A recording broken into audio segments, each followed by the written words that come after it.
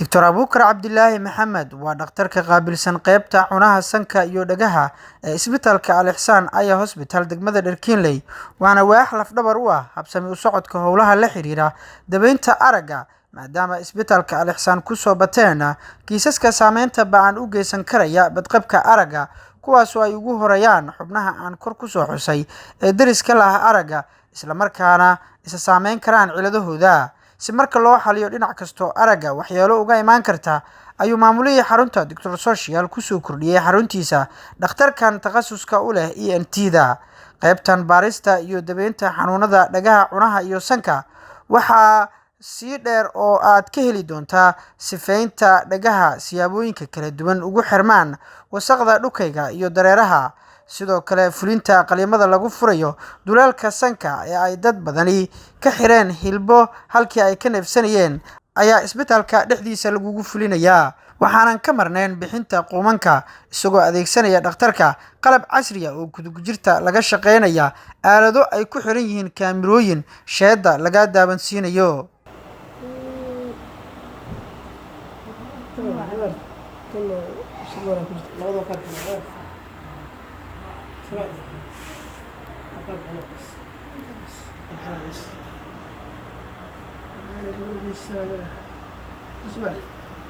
Dhinaca kale, dhakhtarka xanuunada sanka, dhagaha iyo cunaha ee isbitaalka Al Ihsan degmada Dherkinley, Dr. Abuukar Cabdulaahi Maxamed ayaa inooga warbixinaya sababaha keenay inay sare u kacaan bulshada ka cabanaysa xanuunada ku dhaca sanka, dhagaha iyo cunaha. Waxaan rabaa maanta inaan ka hadlamo inta badan waxa noo yimaada bukaanada waxay iskugu jiraan inta badan dad roola ah, dad dhalinyaro ah iyo caruur, intaba waan qaabilnaa. Inta badan waxay ka cabanayaan xanuunada kala ah hadday noqon lahayd dhuunta ama dhagaha iyo sanka. Tusaale kale dhagaha kale, dhagaha inta badan waxaa jiro xanuuno badan ku dhacaan way kala duwan yihiin, ha noqdaan dhagihii inay qoyaan ama malaxa ka socdo kale, ama qofkii inuu wax maqli waayo kale, ama qofkii in dhagihii ka duleelaan yani perforation ama wax loo yaqaan dilaac uu dhacayo kale qofku ka cabanayo. Waxaas oo dhan waa daaweynaa, marka waxay iskugu jiraan caruur iyo dhalinyaro intaba waa sameynaa. Sidoo kale waxaa jirto dad ka cabanaya xagga sanka ah ama sanboor ha noqdo kale, waxaa ka mid noqonaya dadka ka cabanaya inta badan caburka habeenkii, ama waxaa ka mid noqon kara dad ka cabanaya inay wax uri waayaan urkii ku tago kale. Waxaa jirta qoyaan badan sanka imaanaya kale, waxyaabahaas badan dadka ka cabanayaan xagga sanka u badan tahay. Iyo waxaa kaloo jiraan dad ka cabanaya xagga dhuunta, sida ha noqoto qun ha noqoto ama xasaasiye ha noqoto ama ha noqoto hilbaha caruurta yar ay ku dhashaan inta badan. Hilbihi waxaa jiro la yaqaano adenoidka oo sanka laba dun meesha ku dhamaadaan ay ku yeelaan. Inta badan ilmaha marka waxay kala kulmayaan cabur, ayagana waa xalnaa. Sidoo kale waxaa kaloo daaweynaa waxyaabaha dadka badanaa faruuraha kale, biinjada ku dhacdo kale, ayagana waan xalnaa. Cabirna waa sameynaa inta badan kombiyuutarada kale, dadka maqalka, endoscopiga, dadka laqida dhibayso kale, qofa faraha badan oo kale, kulli dhammaan waa daaweynaa. Waan gartay doctor, inta badan mararka qaar caruurta maadaama ilmo yar ay yihiin oo aysan dhibaatooda sheegi karin, ma jiraa qaladaad ku saabsan quunka iyo nidaamkan kaloo Soomaalida dhaqan ahaan u taqaano dalqada. Qofkii asoo waxaa laga yaabaa ilmihii quunka ka jiran in haddana dalqadii loo geeyo oday dhaqameed ama hooyo dhaqameed oo dadkan aanan haysanin cilmiga aqoonta aan u haysan, qalabkan adiga haysta aan haysan. Ma laga yaabaa marka caqabad inay meesha ka timaado canuga xanuunka ku sii fuado? Waa mahadsantahay. Horta caqabadaha ugu badan inta badan waxay ka dhacdaa ilmaha caruurta kale. Caruurta waxaa dhacda inta badan cunugii inuu ka cabanayo dhagihii inay xiriireen kale, tusaale ama tube waxaa jiro loo yaqaan tensor tube oo ka baxay sanka dhagta galaya.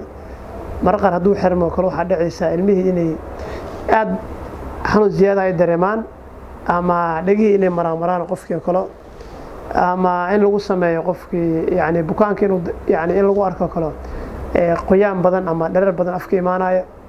Waxyaabahaas waxay u baahan yihiin qofka haddii lagu arko cunugaas oo kale waxaa qurux badan in hooyadaas inay la xiriirto dhakhtarka si loo xaliyo cunugaas oo daawo ku filan la siiyo. Marar qaar waa dhacdaa hooyada inay aragto kale cunugii haddii uu qufacayo kale ama haddii hurdo xumo ay ku aragto kale way dhacdaa in dadka qaar ay yiraahdaan dalqo ay ka gooyaan, laakiin dalqadu inta badan wax hada sahlan oo qofka lagu degdegi karo ma ahan. Aslan buu dalqadu ilaahay meesha micno ugu abuuray, laakiin dadka qaar waxaa laga inay ku qaldaan qof hadduu qufaco kale ama qofka haddii uu saaxan waayo kale waa laga yaabaa inay yiraahdaan dalqan ka goynina, laakiin weli cilada ay taagan tahay ayagoon cilada yani weli ayagoon cilada xalnayn. Marka waxaan kula talinayaa waalidiintaas in dhakhaatiirta ay la xiriiraan ku habboon qaabilsan cunaha dhagaasanka in la xiriiraan. Ugu dambeyntii Dr. Abuukar ayaa talooyin wax ku ool ah la wadaagay waalidiinta Soomaaliyeed, sidoo kalena uga digay haddii ay baaqiisa u dhaga nuglaan waayaan ay waalidiin badani qabsan doonto xaaladaha ay maanta gacanta ka taagteen ee ay kala kulmeen caruurta waalidiin badani horay u fulin waayay talooyinkii ay siiyeen. maadaama hadda ugu horeynin ama hadda aan ugu dambeyn doonin inaad ka hadashid barnaamijkan la xiriira caafimaadka ENT-da toddobaadyada soo socdana aan mawduucyo kale aan kaa wareysan doono. Haddeer talada aad siinaysid dadka ka caawinayo xanuunada dhagaha oo kale ama ciladaha keeni karo haddii caruur ahaan leed haddii ciroolo ahaan leed. Horta waxaan rabaa inaan kusoo gabagabeeyo talada ugu fiican ee aan u jeedinayo waalidiinta oo caruurta dhalay. Waxaa qurux badan kow number 1 cunuga haddii uu dhasho inay u sameeyaan talaal. Talaalku waa wax ugu muhiimsan, cunugaas faa'iido badan uu leeyahay, difaac badan oo sameynaya, ka hortag badan oo u sameynaya. Horta marka koowaad.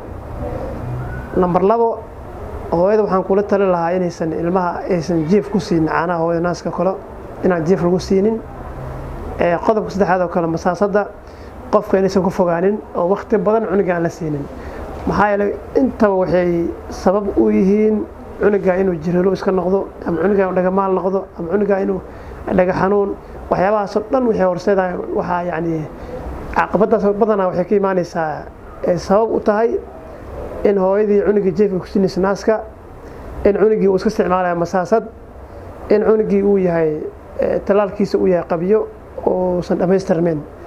Marka talooyinkaas waxay ka caawinayaan cunugaas inuu cunugaas sameeyo horumar fiican, cunugaas inuu caafimaadkiisa xoogaysto. intaasaa markuu la talnaa saacada maasanteed.